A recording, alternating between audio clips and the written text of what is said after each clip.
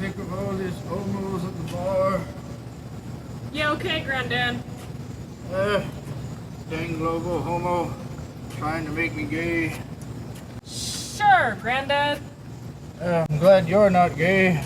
My only grandson. No, okay, Granddad. I really need to lay down. Alright, Granddad, just sit, be good, chill, you're drunk. I'm gonna review this movie. I'm gay! I'm in Salad, and I saw They/Them.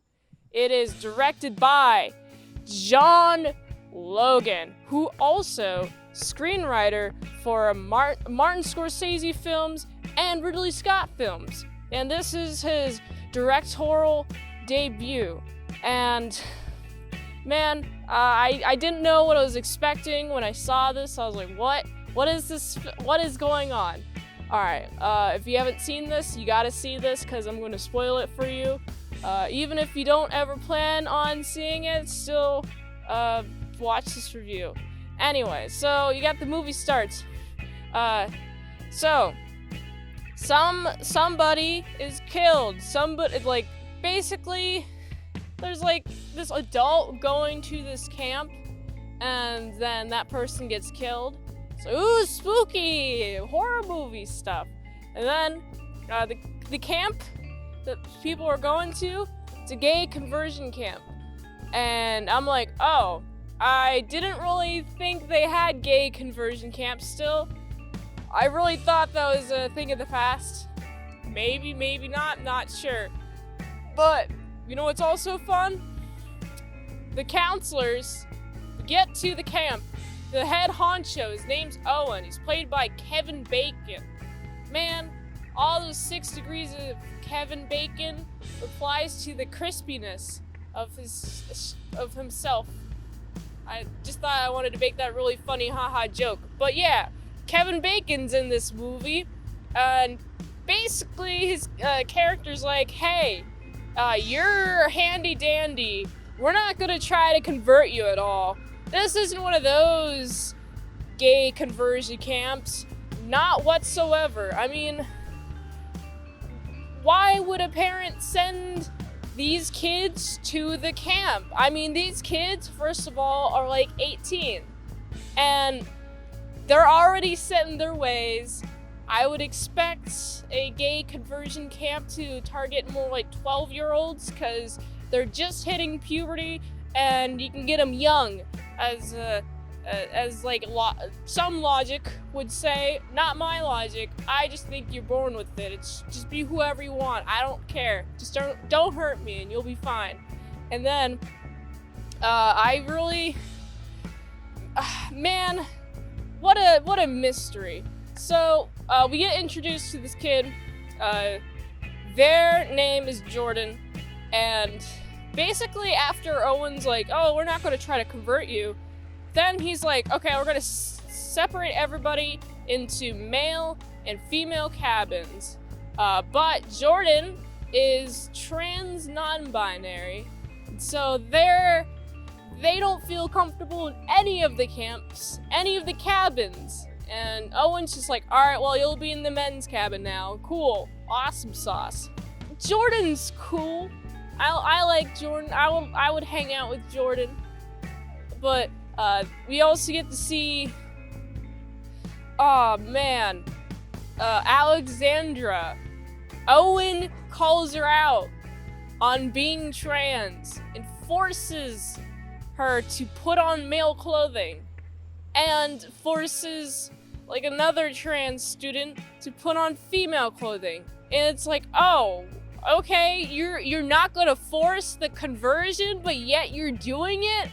Okay, guy, you were lying from the start. This is a little bit of a disaster. You see, there's a whole lot of shenanigans going on. You got pills being taken away, like Alexandra, for example. Even after being shamed, she goes to the nurse. The nurse, her name's Molly. She's the holder of all the drugs. and it's like, okay, Molly's a human, because Alexander's like, okay, actually, I just am here because if I don't go to this camp, my little brother will be I forget the exact reason, but it's something to do with her little brother, and she's really protective of her. And so Molly's like, all right, here you go. Here's your estrogen. And I'm like, okay, cool. I like Molly. Molly's cool. If I would be friends with Molly, maybe. A nurse?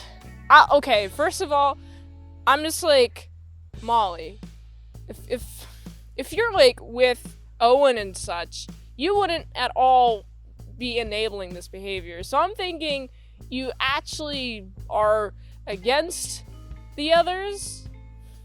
And that's like, I kind of get this sense vibe kind of early on, because it's like, okay, this is confusing. But unless your motive is to get back at Owen.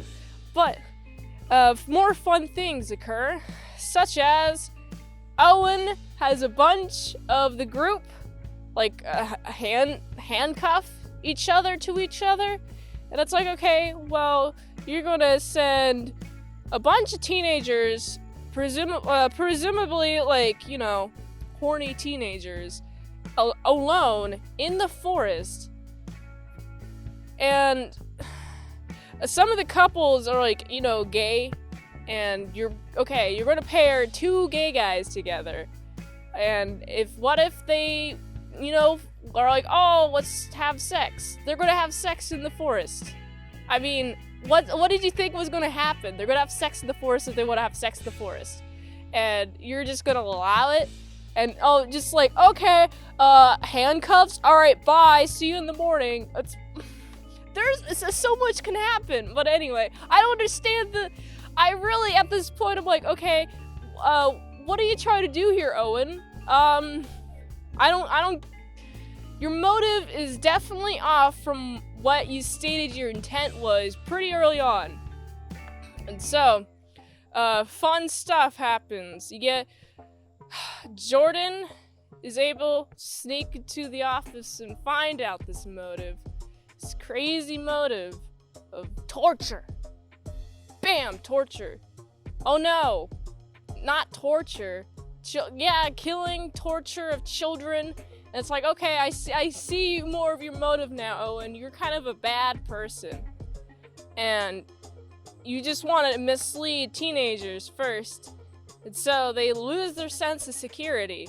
And then they're like, oh yeah, I could be myself here. And then get murdered. That's not really a nice thing for them to do. Jordan is also sad. And the best way to cheer up a sad person is to have one person start singing Pink. Yeah, Pink from 2011, the 2022 film. I thought this was interesting, but at the same time, I like Pink. Very nostalgic, because I was probably 10 when I first started listening to Pink, especially the song that is in the movie, Perfect by Pink. And it was just like, wow, they're all singing it, and they're the right age too. Makes sense if they would know this song, because, you know, it'd be on the radio. It's a very catchy song, and they all break out into sing and dance about it. Personally, I'm like, oh, I didn't expect this to be a musical, but that's okay. That's fine. Personally, I was like, okay, this is a little bit too long, but I definitely understand that there is an audience for these kids singing Pink. It's entertaining to a lot of people. And, you know, okay, then you get the camp counselor is, while they're singing Pink, is just standing out there creepily. It's like, okay, are you angry that they're singing Pink? Do you want to be singing Pink with them? Enjoy not singing Pink with them, and instead getting everybody together, kind of like in a line. They're the guys are learning how to shoot guns, pow. And then you got the girls are making pies. A couple of them suck at making pies. Oh man, I saw the first pie and it was like a ripped mess, and immediately I was like, I can make a better pie than that. Like pretty much instantly. I don't understand how you can rip a pie crust. It's just a bunch of strips and then you place them down evenly and gently, and don't pull them. You don't pull the pie things. I don't get it. How could you rip a pie? But I digress. There is a lot of tension in the pie making group. There's also a lot of tension in the gun group. We get to see a bunch of people learning how to make guns and learning how to shoot guns, and there's a dog, a sad dog. He has cancer, and Owen's like, you gotta shoot it. You're gonna shoot the dog, or else I'm gonna torture the dog. You gotta have the dog not be in suffering, because that's inhumane. I think shooting the dog just in general is inhumane, but this is a way to torture the students. And you got Owen's picking on this specific guy who cannot hurt a fly. He's like, I don't want to shoot the dog. And of course, I mean, naturally you don't want to shoot the dog. That makes sense. I wouldn't want to shoot the dog. I would not pull the trigger on the dog. But Jordan, sharpshooter, already established that they're a sharpshooter. Bam, ba bam, ba bam, ba bam. Got the dog dead. Bye, dog. And then Jordan feels so distraught that Jordan just throws the gun, and pretty much while they're throwing the gun in the air, I'm like, oh no. Please don't have that trigger magically go off and shoot somebody in the head. That would be sad. Please, that's not good.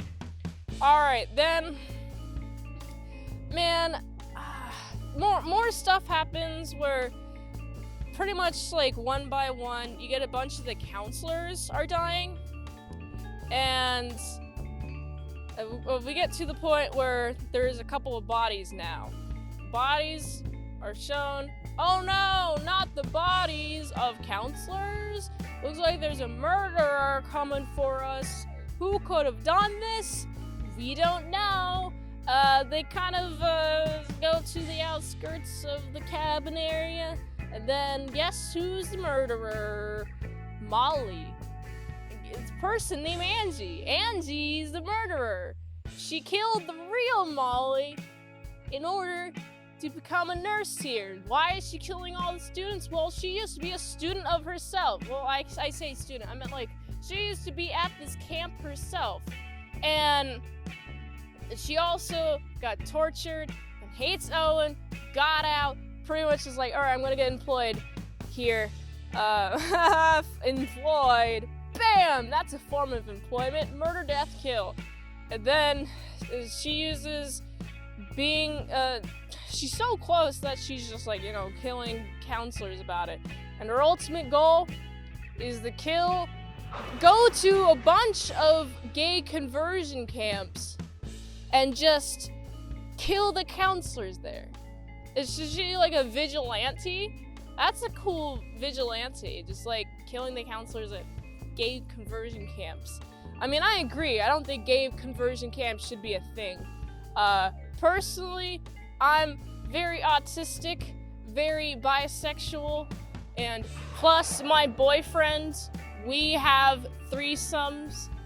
We're living more of a not straight life.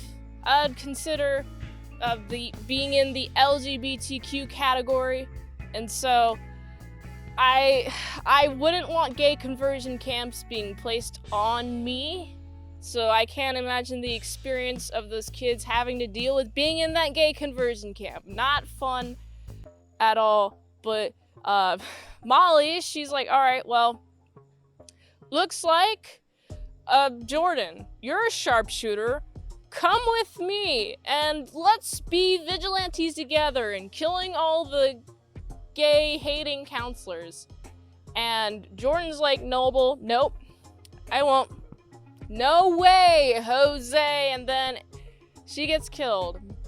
And that's the end of the movie. And man, okay, first of all, I honestly I liked the subversion on horror. The first, like, I'd say like the first like on-screen kill, besides like the beginning part, is a ways in the movie, about like 40-50 minutes in, around there. It's when the first murder death kills happen, and I'm like, okay, I really liked the setup of establishing just like the characters and their personalities before they're not murdered, but instead, how did they deal with everybody being murdered around them? I personally wish there was more murdering, but you know, it's all right. There were some murders, so I'd say this is a successful horror film. The cinematography is pretty good, pretty great, good, and I would say that I really like this movie, but because there's not enough murder, death, kill, I'm giving it a solid 4 out of 10. If you like that content, more content at patreon.com/ASEpresents for $3 a month. You get some daily vlogs plus some extended mint salad sauce. $20 a month, you can request a movie review too. Also, I got adult content in the link tree down below. Also, my fansly.com/itsmintsalad answering all fan DMs. Until next time, mint salad saw. I'll see y'all later, my salad croutons and bacon bits. Die, homophobe!